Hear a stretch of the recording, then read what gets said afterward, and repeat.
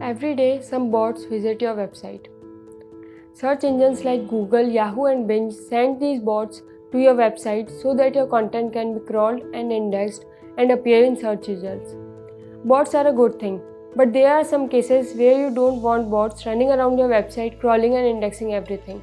That's where Robots.txt file comes in. Hello everyone, this is Sejal. Welcome back to Inosco Digital's YouTube channel. In today's video, we will be discussing the must-know factors of Robots.txt file. So let's get started.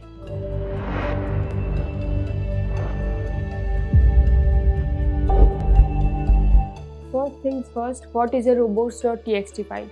Robots.txt is a file that tells search engine spiders to not crawl certain pages or sections of a website. It is mainly used to manage crawler traffic to your site.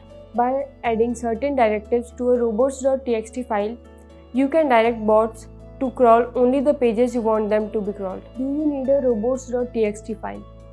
No, a robots.txt file is not required for a website. If a bot comes to a website that doesn't have a robots.txt file, it will just crawl the website and index the pages as it normally would. A robots.txt file is only needed if you want to have more control over what is being crawled. Is it beneficial to have a robots.txt file? Now, many of you might think if it is not necessary to have a robots.txt file, then why should we waste our time creating it?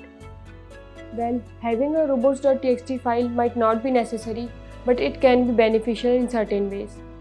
We will go through that too later in this video, but first don't forget to subscribe our channel. What are the benefits of having a robots.txt file? First, non-public pages.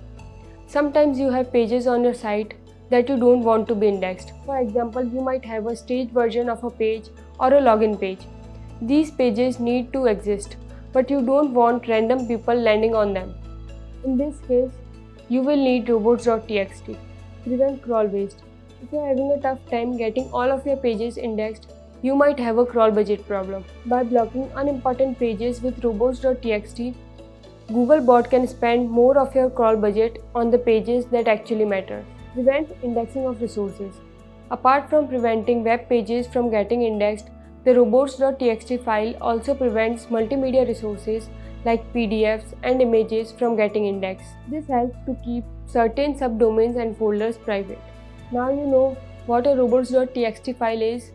Now let's understand how to create one. Well, it's pretty simple. Being a text file, you can easily create one using Windows Notepad. No matter how you make your robots.txt file, the format is exactly the same. Confused? Well, you don't have to be. Here, user agent is a bot we are specifically talking to, and everything that comes after disallow are pages or sections on your website that you want to block. Let's understand this with an example. This rule would tell Googlebot not to index image folder of your website. You can also use an asterisk to tell all the Googlebots to stop by your website. For example, here asterisk tell the bots to not crawl the image folder of your website. This is just one of many ways to use a robots.txt file. Useful robots.txt file rules. The robots.txt file is made up of blocks of lines of directives. Each directive will begin with user agent, and then the rules for that user agent will be placed below. When a specific search engine lands on your website, it will look for the user agent that applies to them and block that refers to them. Here are some of the rules you must know. You can take a screenshot of this as well.